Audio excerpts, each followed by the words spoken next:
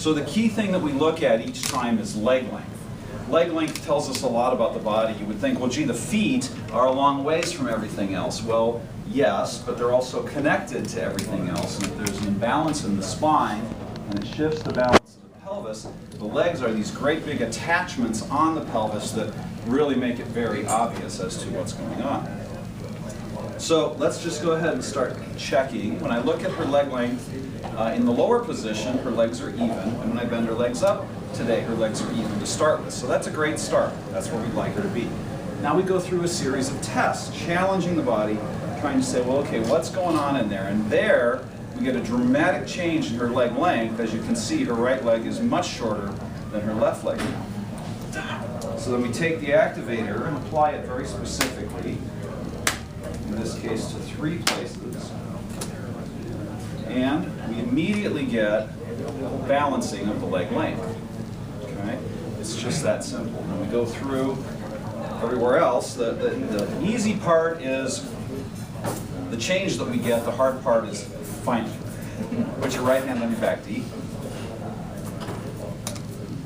And D is a current patient. Both hands on your back. So I know a lot about her spine and her case. I wouldn't do this test alone, both hands down, without ever doing any other test with the person. You need to look at history, you need to do an initial evaluation, and look at a number of other findings as well. And put your right hand above your head. Okay, both hands above your head. Both hands down. Very good. Have you turn your head to the right. There you go.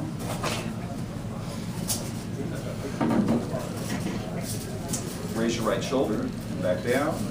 And these in pretty good shape. This is what we want to see when a person does. Shrug both shoulders and relax.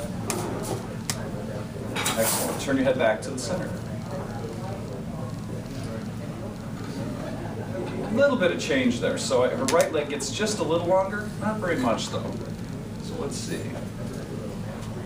Let's see if that's actually a problem. We can go up and manually challenge it as well and see if that does anything else. And it does not. So we're going to leave that alone. Lift your head up and back down.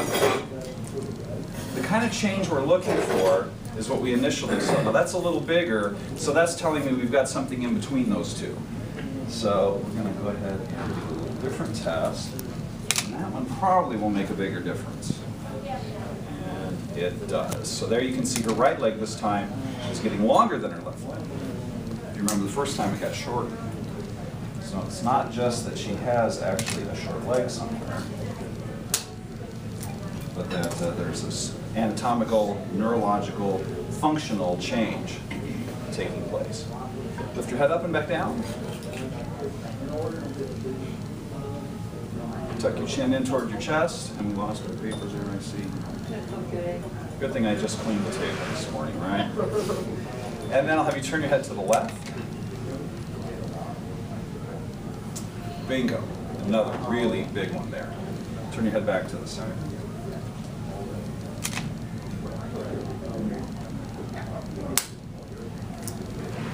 Turn your head left again. Let's recheck that. Because that's a really, really nasty one. Now we can also check it a couple of different ways. There's just all kinds of ways that we can test the spine, and that's okay now. So turn your head back to the center.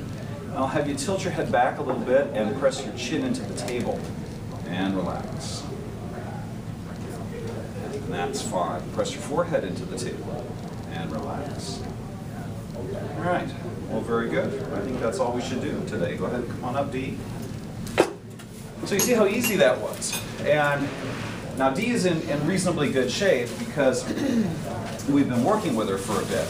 We have people come in sometimes where we go through, and almost every one of those tests I have to do something. And that's not what we want to see at all. We want to see that the spine is really starting to keep that function in there and have that function not only be restored, but have it stay there.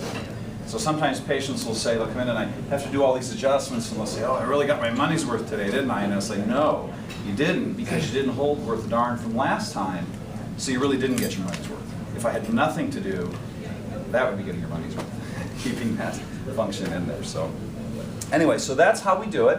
That takes the place of the twisting and the popping and the cracking that you might have heard about or seen before.